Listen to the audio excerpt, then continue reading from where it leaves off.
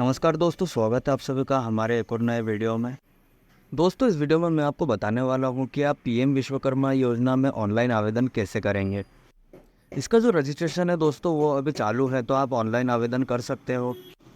तो चलिए बढ़ते हैं पूरी प्रोसेस की ओर।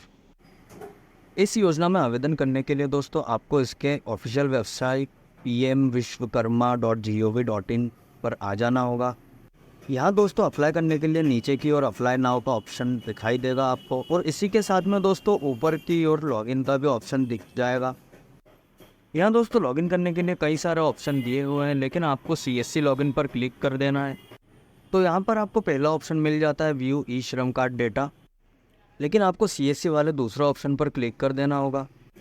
अब जैसे ही दोस्तों आप इस पर क्लिक करोगे तो आपके सामने कुछ ऐसा इंटरफेस ओपन हो जाएगा।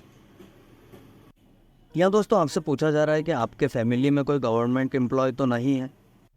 तो अगर नहीं है तो नो के ऑप्शन पर क्लिक कर देंगे। यहाँ नो पर क्लिक कर देने के बाद दोस्तों आपके सामने एक और ऑप्शन खुल जाएगा, और इसमें पूछा जा रहा है कि दोस्तों आपने PM स्वनिधि योजना का पहले से ही लाभ लिया है या नहीं लिया है। अगर नहीं लिया है तो दोस्तों यहाँ पर भी हम नो के ऑप्शन पर क्लिक कर देंगे। उसके बाद हम कंटिन्यू के ऑप्शन पर क्लिक कर देंगे। उसके बाद में दोस्तों आपके सामने आधार वेरिफिकेशन का जो फॉर्म है वो ओपन हो जाएगा। यहाँ दोस्तों आपको अपना मोबाइल नंबर डालना है, और दोस्तों मोबाइल नंबर वही होना चाहिए जो आधार कार्ड में लिंक हो, और अपना जो आधार कार्ड नंबर है उसे फिल कर देना है। और फिर यहाँ कैप्चा कोड डालकर टर्म एंड कंडीशन के ऑप्शन पर क्लिक करके दोस्तों कंटिन्यू के ऑप्शन पर क्लिक कर देना है।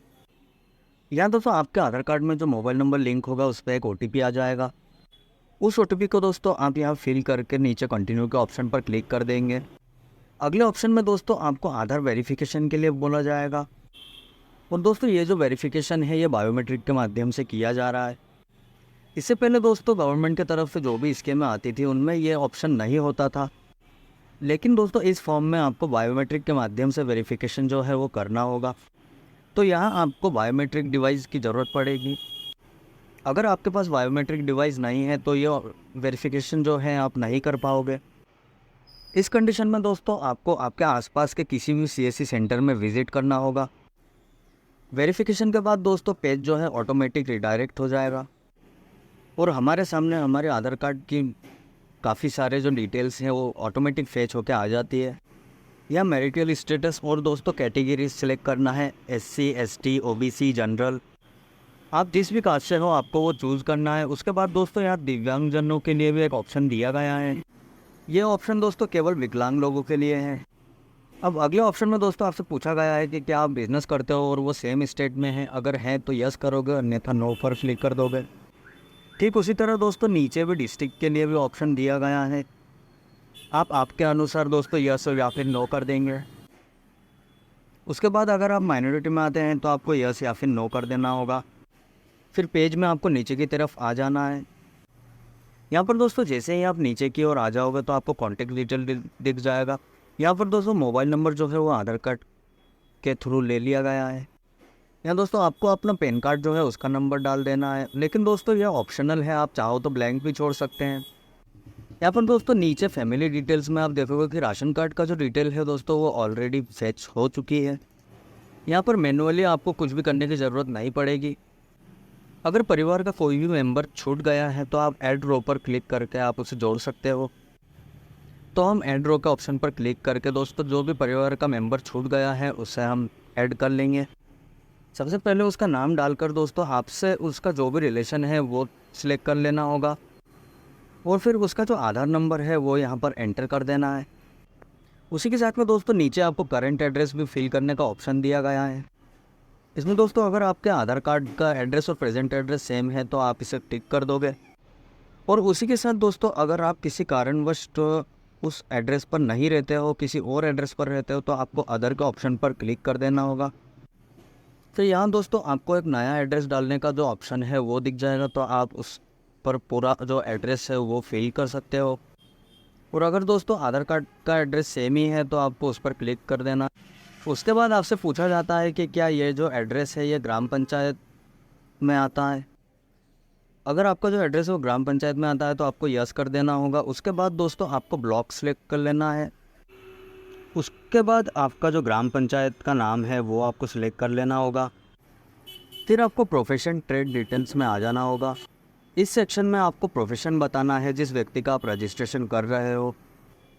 यहाँ पर प्रोफेशन या फिर ट्रेड की जो पूरी लिस्ट है वो आपको देखने को मिल जाती है, जैसे कि कोई भी लोहार, कारपेंटर, सुनार और ट्रेडिशनल जितने भी वर्क होते हैं उनके आपको पूरा लिस्ट देखने को मिल जाते हैं।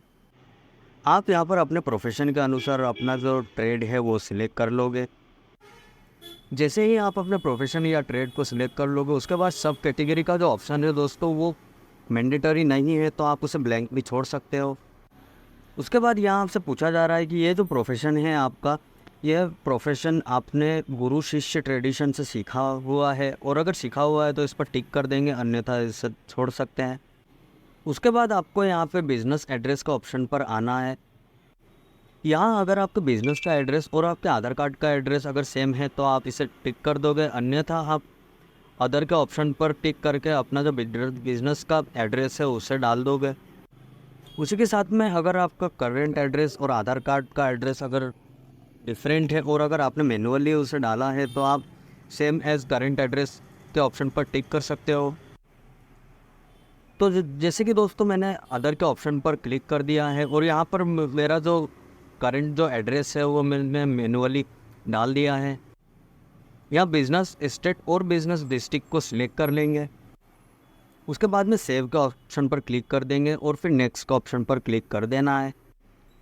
उसके बाद इस पेज में दोस्तों हमें अपना जो बैंकिंग जो डिटेल है वो फिल करने के लिए बोला जाता है। इसमें सबसे पहले हमको हमारा बैंक का जो नाम है वो सिलेक्ट कर लेना है। फिर अपने बैंक का IFSC कोड जो है उसे फिल कर देना है। उसके बाद जैसे ही आप सर्च का ऑप्शन पर क्लिक करोगे तो आपका जो बैंक का जो ब्रांच है वो ऑटोमेटिक आ जाएगा। फिर आपको अपना बैंक अकाउंट नंबर फिल कर देना है और फिर बैंक अकाउंट नंबर को एक बार फिर से कंफर्म कर लेना है। अब यहाँ पर आपको बताया जाता है कि दोस्तों अगर क्रेडिट सपोर्ट आप लेना चाहते हो तो यहाँ पर 2 तरीके से आपको क्रेडिट सपोर्ट दिया जाएगा। पहला है 1 लाख रुपए का, जो कि आपको 5% के इंटरेस्ट के हिसाब से आपको दिया जाएगा। यहाँ पर आपको दूसरे लोन के हिसाब से सिर्फ 5% का इंटरेस्ट जो है वो आपको दिया जाएगा। और यह जो लोन है दोस्तों अगर आपने 18 महीने के अंदर चुका दिया है तो अगला जो लोन है आपको 2 लाख रुपए का दिया जाएगा, और दूसरा लोन जो है आपको सिर्फ 30 महीने में चुकाना होगा। ऐसा लोन दोस्तों आज तक कोई भी जो बैंक है वो किसी को भी प्रोवाइड नहीं करता था। यहाँ पर दोस्तों अगर आपको लोन चाहिए तो आप यस कर दोगे, अन्यथा मे बी लेटर के ऑप्शन पर क्लिक कर दोगे। इससे यह होगा कि अगर आपको फ्यूचर में कभी भी लोन लेना हो तो आप ले सकते हो।